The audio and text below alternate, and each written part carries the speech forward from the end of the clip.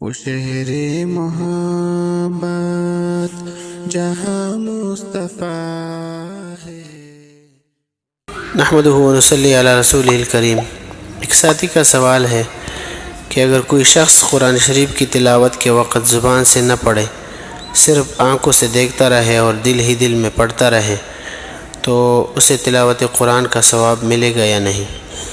الجواب حامداً و مصلیاً اما بعد، صرف دل ہی دل میں پڑھنے سے قرأت کا ثواب نہیں ملے گا، بلکہ قرأت کے لیے زبان سے تلفظ ادا کرنا لازم ہے۔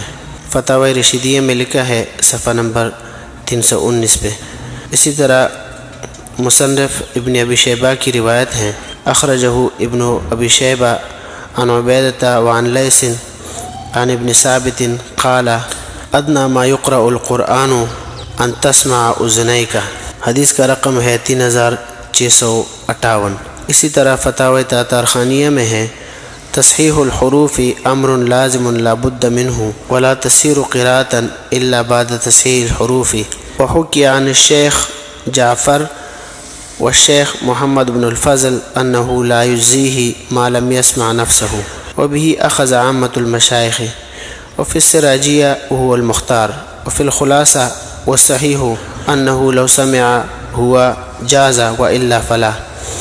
قال شمس الائمة الحلوانی رحمہ اللہ الاصح انه لا يجزيه ما لم يسمع نفسه ويسمع من هو بقربه، جلد نمبر 2 صفحہ نمبر 56۔